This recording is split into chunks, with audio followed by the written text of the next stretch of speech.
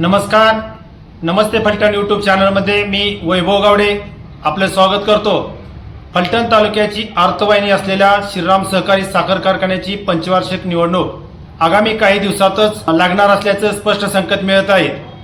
1954 साली स्थापन झालेला श्रीराम सहकारी कारखाना हा फलटण तालुक्यातील शेतकऱ्यांची अर्थवाहिनी आहे। गेल्या 5 वर्षापूर्वी जे संचालक मंडळ या कारखान्यावरती काम करत होतं त्यांचा आता कार्यकाल संपलेला आहे।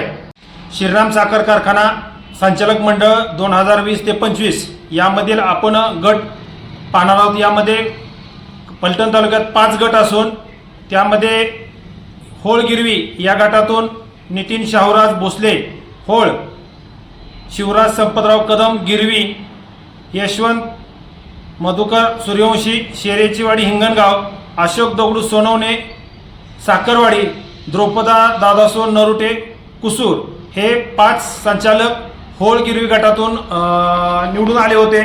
तर दुसरा गट आहे तो जिंती राजाळे, यामधून पोपट गणपत जाधव सांगवी, सुखदेव महादेव बेलदार सरडे, शरद विश्वासराव रणवरे जिंती राजाळे गटातून 3 संचालक या ठिकाणी निवडून आले होते।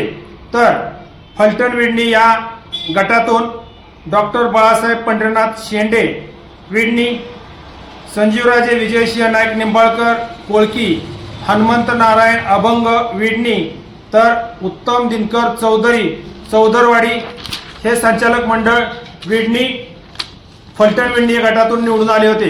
तर दुसरा गट आहे गुणवरे या गटातून संतोष गजानन खटके वस्ती, दत्तात्रय शंकर शिंदे निंबळक, विठ्ठलदादा गौंड गुणवरे, सौ आशा तानाजी गावडे खटकेवस्ती, मारुती रामा सांगळे राजुरी हे संचालक गुणवरे आणि निंबळक गटातून निवडून आले होते।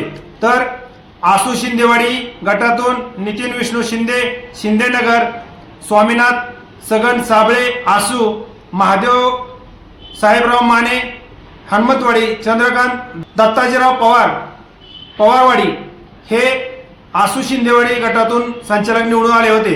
तर स्वीकृत तज्ञ संचालक म्हणून संजय बाळासो परकाळे पवारवाडी, तर रमेश दगडू बोंद्रे मुरुम या स्वीकृत संचालकांची नियुक्ती करण्यात आली होती। तर कार्यकारी संचालक म्हणून चंद्रकांत दिनकर तळेकर फलटण यांची नियुक्ती करण्यात आली होती।